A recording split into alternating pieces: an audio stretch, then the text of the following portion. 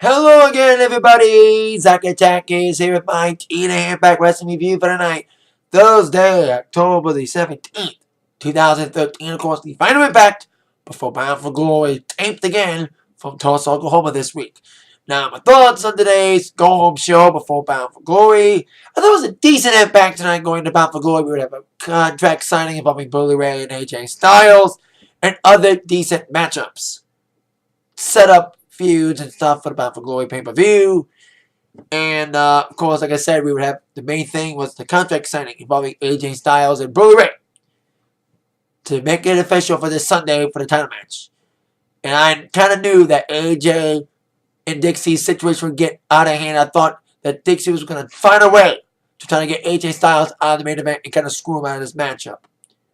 Well, she almost kind of did, as we indeed start off Impact tonight with Dixie Carter coming out announcing that there was going to be a $50,000 bounty on AJ's head tonight. That anybody who wants to make a statement, take out AJ Styles, put yourself in the main event, and get $50,000 as well for doing it. As she indeed made that proclamation to a lot of fan boos, and I'm surprised that Dixie Carter. I thought I read a few years ago that Dixie Carter never wanted to be involved as a TV character. Well, she's fully embracing this character. Of course, it was Dixie, one of her last-ditch efforts to get rid of AJ, not just from Bound for Glory, but from TNA once and for all. Of course, here comes the man who is set to face AJ. Of course, I'm referring to the TNA World Champion, Bully Ray, with book in tow, saying that Dixie, you and I have not met eye to eye on a lot of things, but I do appreciate the fact of your I do love the treatment you've been giving AJ Styles lately, dissing him, and now happy that this $50,000 bounty is on his head tonight. And I hope someone takes him out. And I don't care who I have to face. I don't want to face AJ Styles at any cost. So, as that, here comes a man who lost to AJ Styles at the Bound for Glory Series final. Of course, I'm referring to Magnus.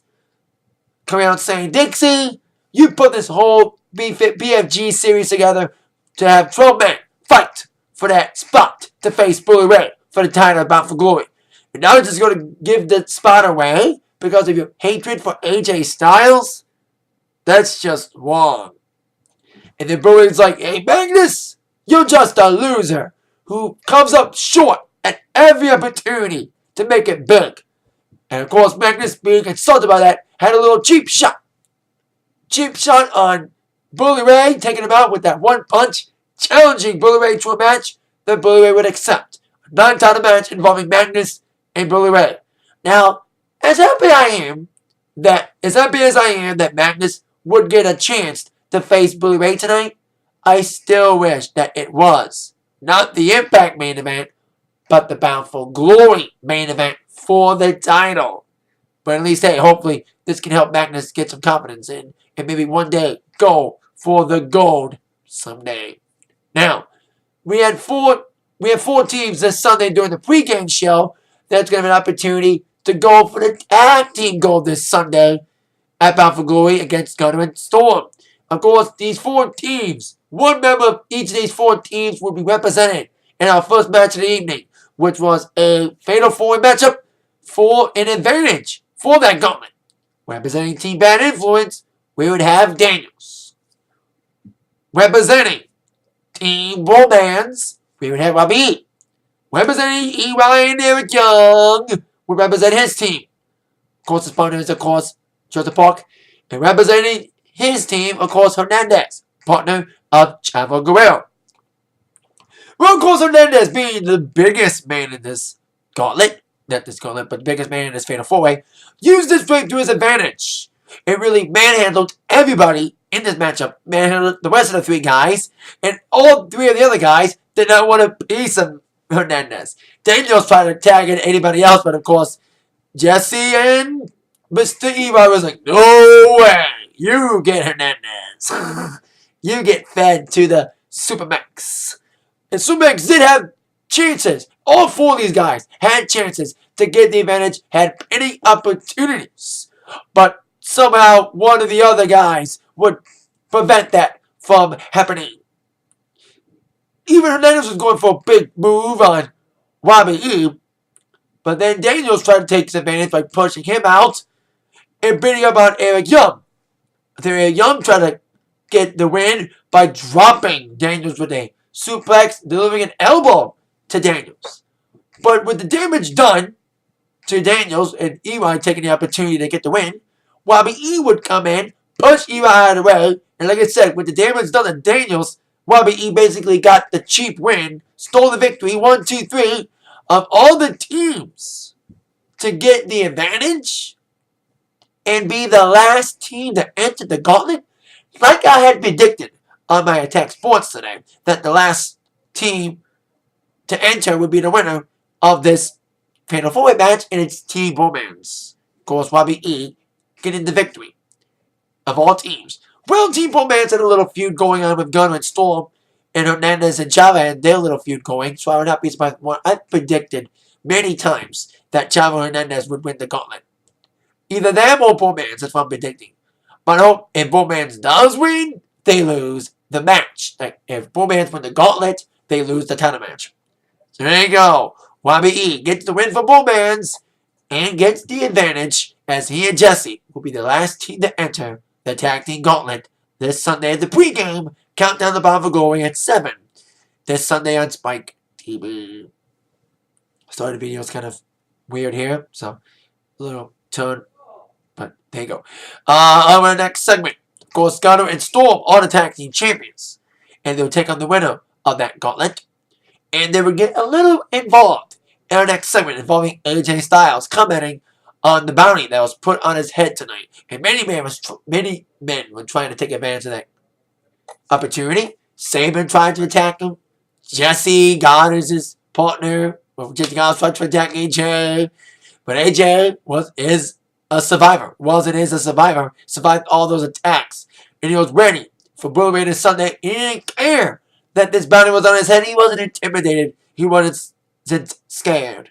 He was like, basically, all you men out there that want to cash in on me, want to get this bounty, try to take me out, come and get it, boys. Come and get me. Come get it. Well, two men were going to come get it.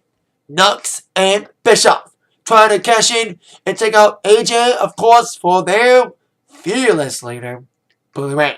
But as the double team was going on, here comes said Gunner and Storm getting involved and taking out Bischoff and Nux from doing any further damage to AJ, which would be a segue to our next match. Nux against Gunner. Now, despite all of Ace and Eight's problems lately, they're trying to patch things up.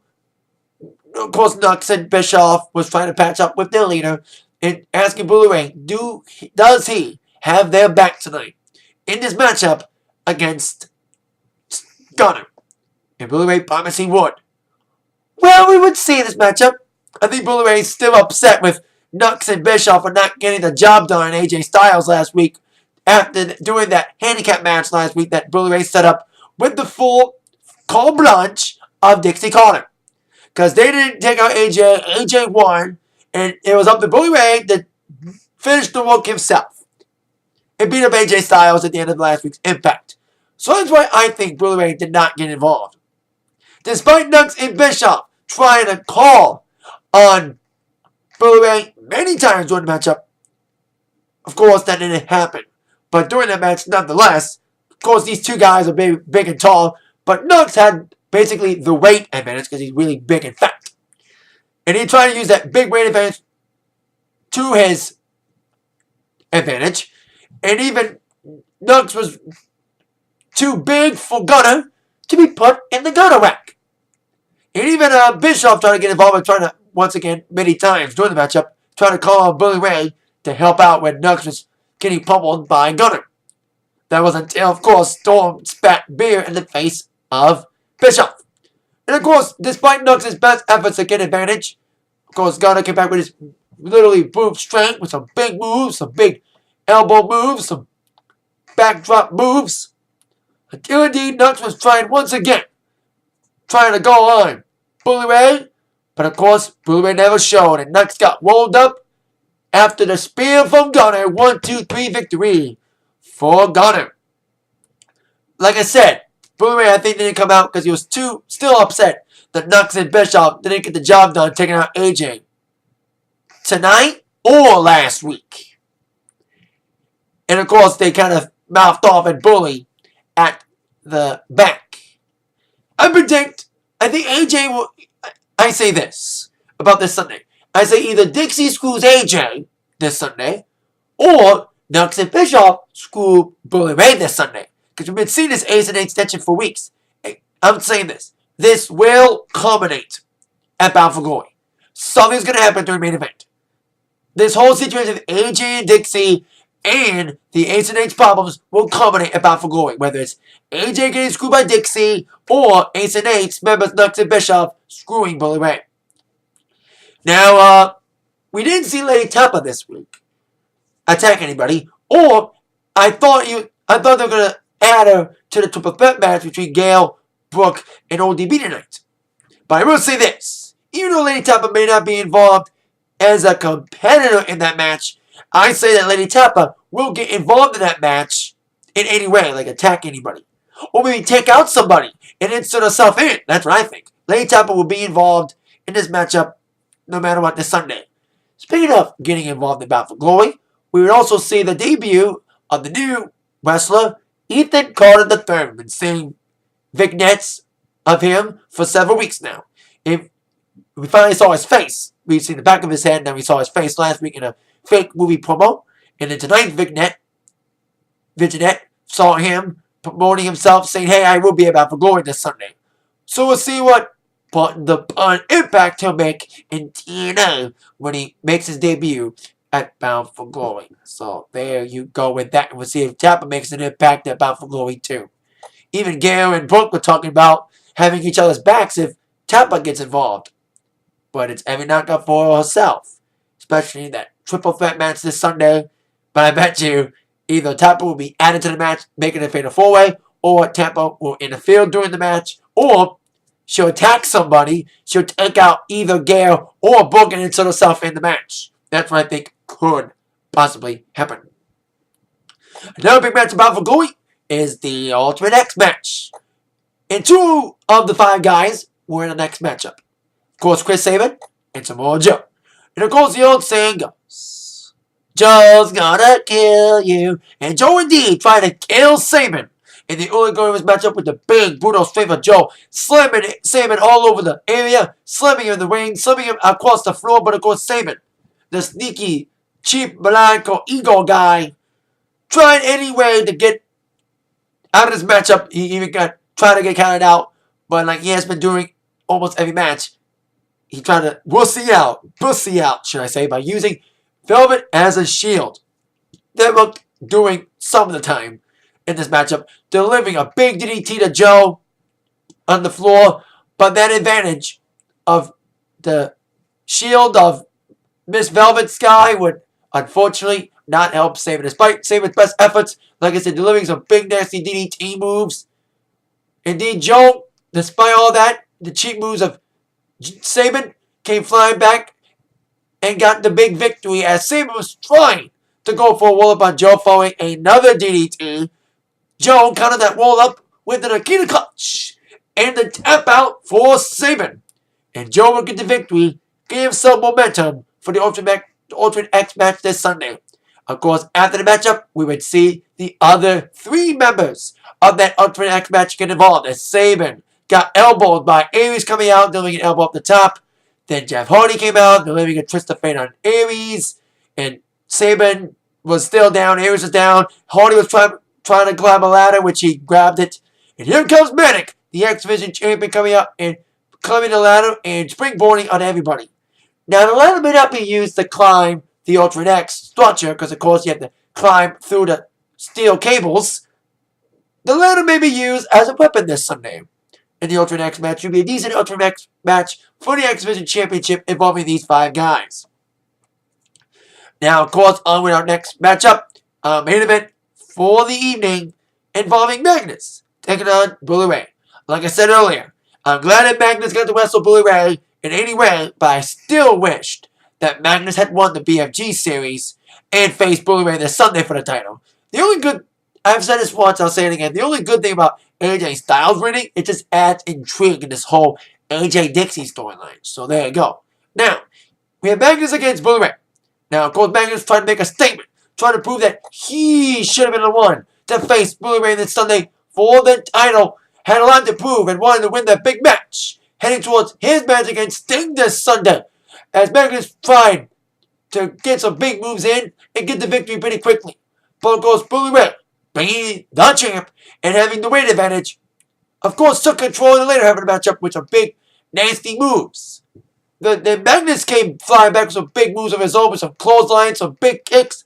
But he was going for a move, but Magnus got pushed inadvertently by Bully Ray into the referee. With the ref out, Magnus was going to be taken out by Bully Ray, trying to cheat his way to win, using the steel chain. That was until Sting came out, trying to prevent the steel chain from being used. But the referee got back up, confronted Sting, but that help from Sting kind of backfired big time as Magnus would be taken out with a low blow for Bully Ray as referee was instructed with Sting 1-2-3 victory after that low blow victory for Bully Ray. Of course, Magnus was mad at Sting for getting involved. Now, it wasn't because Sting was... Magnus was just mad that Sting got involved in any way, shape, or form. It didn't matter that Sting was only trying to help. That interference cost Magnus the match, no matter how good Sting's intentions were to try to avoid Magnus the steel chain. They had a handshake, but it just added more tension for Magnus' match with Sting this Sunday. I bet you it'll just angle up Magnus and try to get that big win over Sting this Sunday and try to prove once and for all that he is a main event player that is in the Main Event Mafia. Speaking of Main Event Mafia, we would see Kurt Angle come out, another member of the Main Event Mafia, coming out, making his first public speech since he returned last week, attacking Bobby Roode as part of his Little Ego Hall of Fame ceremony. Of course, Kurt Angle, back from rehab, is ready to take on Bobby Roode this Sunday. He was ready to kick Bobby Roode's ass. Basically, that's what he said, till Bobby Roode came out to confront Angle, saying, "You don't deserve to be in the Hall of Fame. I should." Because basically, Kurt Angle, what have you done for me lately? The only good thing you did was to beat me when I won the Bound for Glory series 2 years ago and got the opportunity to wrestle you for the title. I thought Bobby Roode had no chance to win the Bound for Glory series, but he looked very good in the Bound for Glory series because he was a tag team wrestler at the time. But he really became a big singles competitor in that BFG series, really became a big singles player again. I know he was a singles guy before, but then he became a tag team guy. Got to see him get that big push. He lost the match, but he became the it factor. That kind of motivated him to become what he is today. The it factor, and he was ready to get rid of the old and in with the new, basically, with Bobby Roode. Insane that indeed. Angle's old and washed up, and he was ready to make his stink in the company. And then Bobby Roode got a little cheap shot on Angle in after, indeed, he is going to beat Angle this Sunday. After that little cheap shot from Roode and try to take out Angle, Angle came back with the ankle lock. But then here comes Roode's friends and Ego, of course I'm referring to Kaz and Daniels, taking out Angle. Angle tried to outnumber, tried to run the numbers, but the numbers got to Angle as he got whammed into the post. He got put into the crossface by Bobby Roode, Angle and tapping with a big statement delivered by Roode for their match this Sunday at Bound for Glory.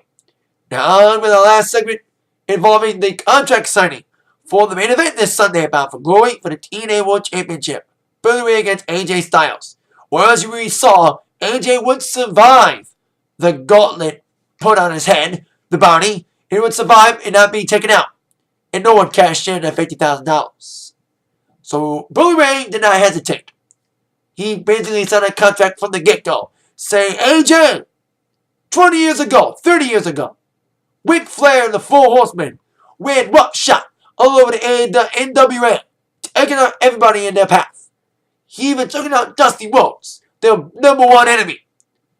And Dusty Rhodes came back for more ass whooping every time. 30 years later, me and my Ace and Eights have been running roughshod all over DNA, taking out everybody in our wake, taking out Sting, and being the storyline reason why Hulk Hogan left TNA. And blah, blah, blah, blah, blah. And then you're saying, I'm no Dusty Rhodes, and you ain't no Ric Flair. That was in the past.